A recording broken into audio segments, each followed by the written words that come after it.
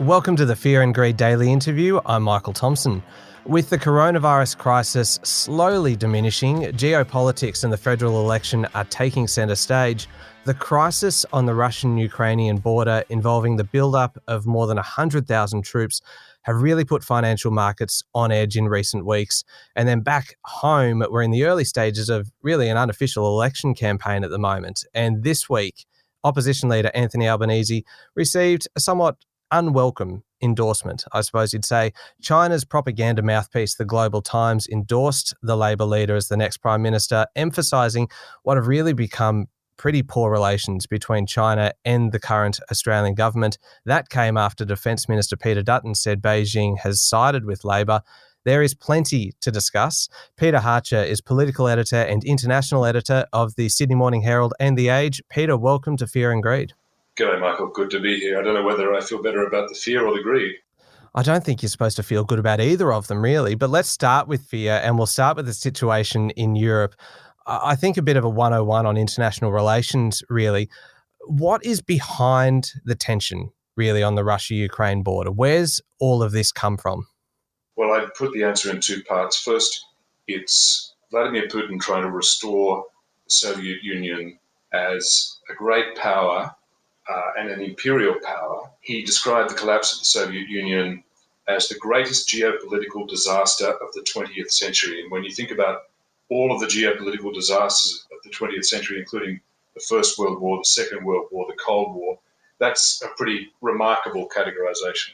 So he's trying to overcome that greatest disaster for Russia. That's the first part. The second part is the more immediate part, and that is he'd already had two cracks at invading and seizing part of Ukraine in 2014 when he annexed Crimea and then sent his unmarked troops, so-called little green men, undeclared troops, into eastern Ukraine.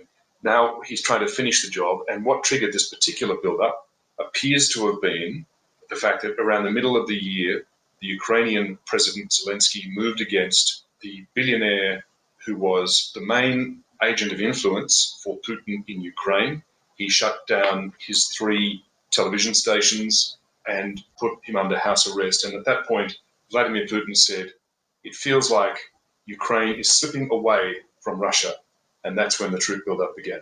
Okay, so then the troop buildup has been developing over the last few weeks, and in the last 24, 48 hours, there has been talk of some troops being withdrawn from that region. If Russia does invade, though, what happens? What does that actually look like, and who else is drawn into that? Well, just on your preamble there, Michael, for Vladimir Putin to actually withdraw, having, like the Grand Old Duke of York march 10,000 men up to the top of the hill, only to march them down again, would be uncharacteristic in every way. It would, without having got any of the major concessions that he's demanding, would look weak and foolish for Putin, and I doubt he's going to do that. Remember, his training was in the KGB. Everything he's done, he's been the master of deception, grey zone warfare, and it is, without concessions being granted to him, most unlikely that this is going to be the end of the episode. So I don't believe for a second the propaganda that they're withdrawing some troops marks the end of this episode. If the Russian troops, to answer your question, do cross the border into Ukraine, several things happen. First, you get a horrible human cost, as the Americans have kept pointing out, and that's absolutely true.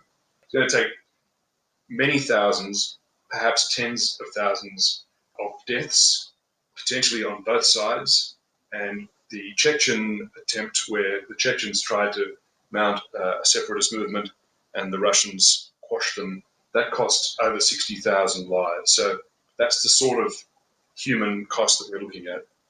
The second thing would be the economic consequences. You're going to see, in fact, from the Australian point of view, this will be the main channel through which we are affected by this, because Australia will not be committing any troops. Australia will not be committing any direct military assistance to the defence of Ukraine. But the economic channel will be, in my view, quite pronounced. The first thing you'll see, elevated oil and gas and energy prices will be further elevated, probably quite sharply, because of Russia's role as a major oil and gas supplier. Those suppliers across one of the major pipelines through which it supplies Europe runs through Ukraine. It's likely that that will be disrupted. And even if it's not, the Europeans have said and the Americans have said that their punishment of Russia for any such intrusion would be to shut down or reduce oil and gas sales, gas in particular, to Europe. And in 2014, when they did the same thing, when Europe put sanctions on Russia for invading Ukraine on that occasion, Putin responded by cutting back Russian gas supplies to Europe. So there will be knock-on effects and consequences across the oil and gas markets. And the second thing will be the food situation and what happens to soft commodities, food supplies, with Russia and Ukraine between them being the exporters or the source of a quarter of all global exports of wheat, barley, a third of all exports of wheat and barley, and a quarter of all corn exports in the world. Those prices are already elevated, once again likely to soar, which will feed into the wave of inflation that's already unleashed around the world and likely accelerate the tightening process that we see from central banks everywhere. That would be first blush consequence of an invasion. Yeah, and we've seen over recent weeks that financial markets around the world are really quite jittery, just waiting for something to happen. And in terms of timing, is there any idea of when this could all unfold? Are we talking within the next week? And is it really inevitable in a way? It's not inevitable, but it seems to me to be inevitable that Putin will use direct force if he doesn't get the major political concessions he's demanding. And the main one, of course, being that Ukraine either relinquish its ambition to join NATO, the US-led transatlantic alliance bloc, or that NATO itself says it's closing the door to new members and will not accept Ukraine or other countries from the eastern side of Europe as members. Now, short of that, and having marched his troops up into such a high point of global tension, I think it's inevitable that he will use them. He might not use them in a declared, direct sense of his badged Russian forces. He might choose to use the forces as he's used them before in Ukraine, which is pretending that it's just local patriots in Ukraine taking military action within Ukraine's borders, when in fact it's Russian troops on leave or demobilized Russian troops in unmarked uniforms using Russian materiel and weapons. One way or another, if he doesn't get the concessions, I can't see him failing to use force, either badged and overt or unbadged and covert. Stay with me, Peter. We'll be back in a moment. My guest this morning is Peter Hartcher, political editor and international editor of the Sydney Morning Herald and The Age. Now, just broadening it out slightly, the leaders of Russia and China did meet recently, and they declared in a couple of somewhat ominous quotes that the friendship between their two states has no limits and there are no forbidden areas of cooperation. Is it slightly surprising that Russia and China are now becoming so tight when they are really the two great competing communist nations? Well, they were for decades, but what we see coalescing now is, as you say, with their so-called no limits agreement, which was accompanied by a 5,500 word communique just last week, is a new, not so much an alliance. In fact, it's certainly not a military alliance in the traditional sense because it commits neither to any military action to support the other. So it's not an alliance in that sense, but it is a partnership of convenience. And the main line of that cooperation, of that partnership of convenience, is what Xi Jinping calls the moment of opportunity, strategic opportunity. And that is simply code for saying America is weak, America is vulnerable, the West is confused and directionless. In another quote from Xi Jinping, the East is rising, the West is declining. And Xi Jinping sees this as his moment to capitalize on Western and particularly American disarray. That happens to coincide with Vladimir Putin's own ambitions to extend Russia's sphere of influence. The two of them are cooperating along those lines. They've long, if you like, tag-teamed, cooperated, coordinated in the UN Security Council to frustrate US, NATO, Western ambitions to impose the West's will on the world. Now that is extending further. We saw them conducting new waves of joint military exercises last year, including in unprecedented parts of the world, including hard up in Japanese coastal waters. So we can expect to see this continue, and the nightmare scenario really for the West is that they don't just coordinate their military manoeuvres, their diplomacy, their United Nations Security Council position taking, but that they coordinate their acts of aggression.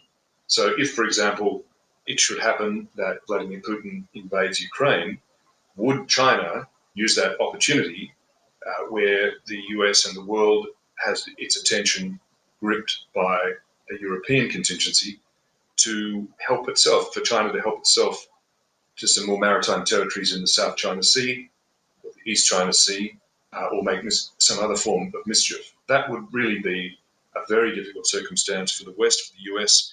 In the Cold War, the US structured its forces and had a doctrine to support a two-front, two-war contingency. That's long gone. The US has no such capacity. And if the US had to face contingencies on both continents, both in Asia and Europe, it would really not have the capacity. All right, well, bringing it all back home now then, and I mentioned in the intro the endorsement that Anthony Albanese received, perhaps an unwelcome one by the Global Times. How unhelpful is that to him at the beginning of an election campaign?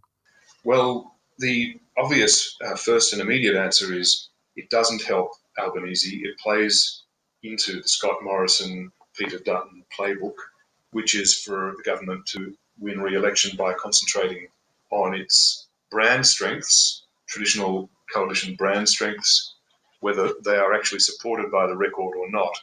And those brand strengths, of course, being economic management, national security, while Labor's traditional brand strengths are health, education, and other service delivery. However, if Albanese intends to win this election, he has to capture the centre ground. He has to do what Kevin Rudd did in 2007, the last time Labor won power from opposition, of course. And to do that, he has to be able to demonstrate that Labor can be competent in foreign policy crises, as this would be, but also economic policy crises, as this would be.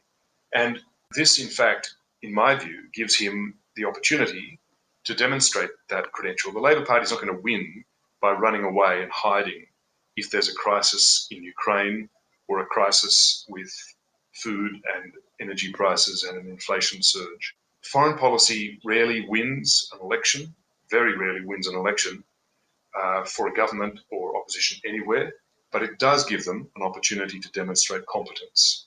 This is an opportunity for both parties to demonstrate competence in the approach to the Australian election.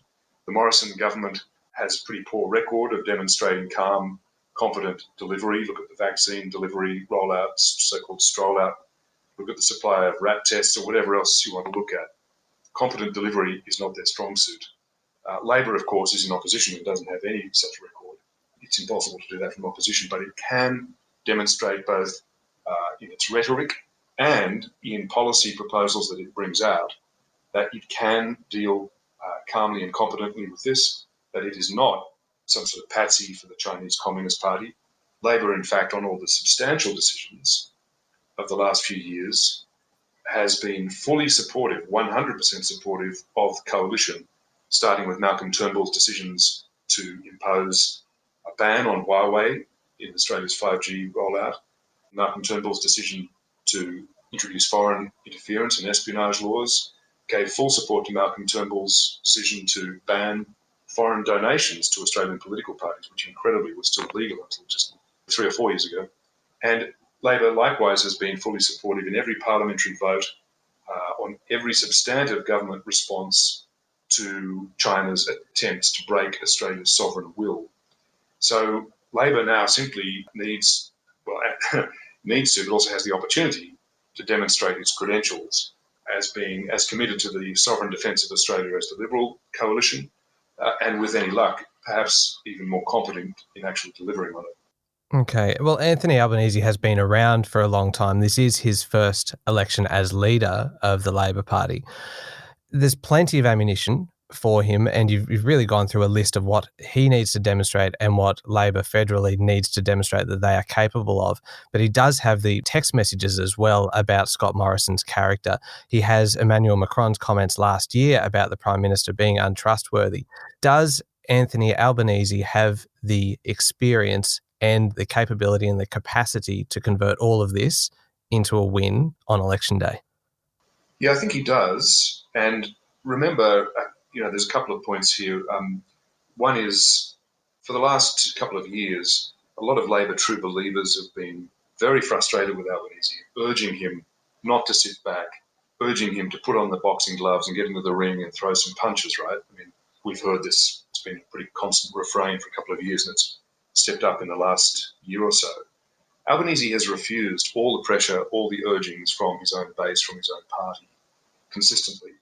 Through the early phase of the pandemic, he kept to making constructive suggestions to the government. For example, Labor was the first to propose a wage subsidy, things like that, and had restrained itself from just routine opposition-style attacks. And what we see is today the fruition of his plan, his approach, is that government is way behind in the polls and every objective indicator of political fortunes, betting markets, every indicator of public sentiment.